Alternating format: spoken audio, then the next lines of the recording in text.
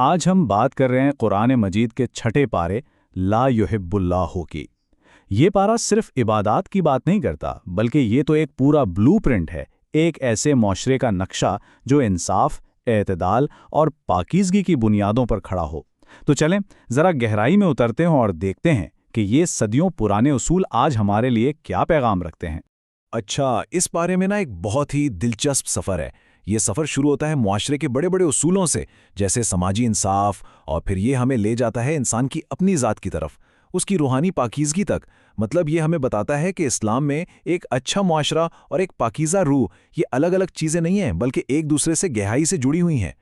تو یہ پارا اصل میں دو صورتوں کے حصوں پر مشتمل ہے، سورۃ النساء کا آخری حصہ اور سورۃ المائدہ کی شروعات۔ اور آپ دیکھیں گے ان دونوں کا جو مرکزی خیال ہے نا، وہ ایک ہی ہے، ایک صحت مند اور انصاف پر مبنی معاشرہ کیسے بنایا جائے، اس کے لیے گائیڈ لائنز دینا۔ چلیں سب سے پہلے اور سب سے اہم ستون کی بات کرتے ہیں، اور وہ ہے انصاف۔ قرآن کا پیغام یہاں بالکل صاف ہے۔ یوں سمجھیں کہ معاشرہ ایک عمارت ہے، اور اس کی بنیاد وہ صرف اور صرف انصاف ہو سکتی ہے۔ اس کے بغیر سب کچھ ڈھیر ہو جائے گا۔ یہ آیت دیکھیں، یہ سماجی انصاف کا ایک بہت ہی گہرا اصول بتاتی ہے۔ عام طور پر تو کسی کی برائی کو اچھالنا اچھی بات نہیں، ٹھیک، لیکن قرآن یہاں ایک بہت بڑی رعایت دیتا ہے۔ کہتا ہے کہ اگر کسی پر ظلم ہوا ہے تو اسے پورا حق ہے کہ وہ اپنی آواز بلند کرے، یہ مظلوم کی آواز ہے، اور یہی اصول ہے جسے آج ہم کہتے ہیں اسپیک ٹروتھس ٹو پاور۔ تو یہاں ہمارے سامنے دو بالکل الگ تصویریں ہیں۔ ایک طرف ہے انصاف پر مبنی معاشرہ جو مضبوطی اور استحکام لاتا ہے، اور دوسری طرف ناانصافی جس کا نتیجہ ہمیشہ ظلم اور فساد ہی نکلتا ہے۔ انتخاب بالکل واضح ہے نا؟ لیکن سوال یہ ہے کہ انصاف کا معیار کیا ہو؟ کیا یہ رشتہ داریوں کو دیکھ کر بدلے گا؟ قرآن کہتا ہے بالکل نہیں۔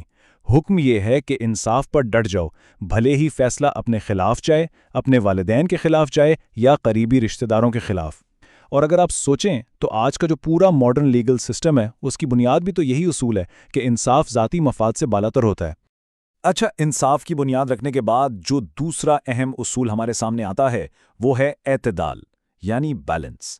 کیونکہ دیکھیں، ایک متوازن معاشرہ تبھی بن سکتا ہے جب اس میں رہنے والے لوگ خود اپنی سوچ اور اپنے عمل میں متوازن ہوں۔ اور اس کے لیے قرآن ایک بہت ہی خاص لفظ استعمال کرتا ہے، غلو۔ غلو کا مطلب کیا ہے؟ سیدھے لفظوں میں دین کے معاملات میں حد سے گزر جانا، ایکسٹریمزم یعنی شدت پسندی کی طرف چلے جانا۔ اب اگرچہ یہ بات اہل کتاب کے حوالے سے کہی گئی ہے، لیکن اس کا پیغام صرف ان کے لیے نہیں ہے، یہ ایک یونیورسل میسج ہے۔ یہ ہر زمانے اور ہر قوم کے لیے ایک سبق ہے کہ اصل کامیابی اور بھلائی کا راستہ انتہاؤں میں نہیں، بلکہ بیچ کے راستے یعنی اعتدال میں ہے۔ ٹھیک ہے، تو انصاف اور اعتدال کے بعد اب آتے ہیں تیسرے ستون پر۔ یہ وہ چیز ہے جو کسی بھی معاشرے میں اعتماد کی بنیاد رکھتی ہے، اور وہ ہے اپنے وعدوں کو پورا کرنا، عہد کی پاسداری۔ اور دیکھیں، سورۃ المائدہ شروع ہی اس زبردست حکم سے ہوتی ہے۔ یہ صرف ایک آیت نہیں ہے، یہ ایک پورا سوشل کوڈ ہے۔ سوچیں ذرا، اگر لوگ اپنے وعدے پورے نہ کریں تو کیا کوئی بھی معاشرتی نظام، کوئی بھی بزنس، کوئی بھی رشتہ چل سکتا ہے؟ نہیں۔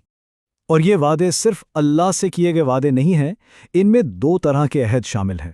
ایک طرف تو وہ عہد ہے جو انسان کا اپنے رب سے ہے، اور دوسری طرف وہ تمام وعدے اور معاہدے ہیں جو ہم انسان ایک دوسرے سے کرتے ہیں۔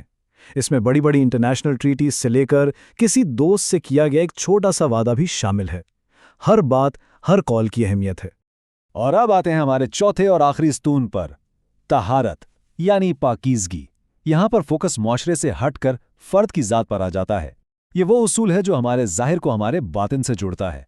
اس پارے میں ہمیں جسمانی پاکیزگی کے لیے بڑے واضح احکامات ملتے ہیں، جیسے وضو کرنا، غسل کرنا، اور اگر پانی نہ ہو تو تیمم کا طریقہ بھی بتایا گیا ہے۔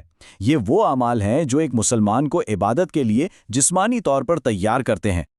لیکن یہاں اصل اور دلچسپ بات یہ ہے کہ یہ جسمانی صفائی صرف ایک رسم نہیں ہے، یہ دراصل روحانی پاکیزگی کی طرف ایک پہلا قدم ہے۔ اس کی ایک بہت پاورفل علامت ہے۔ گویا ایک صاف ستھرا جسم ایک صاف ستھری روح کی نمائندگی کرتا ہے۔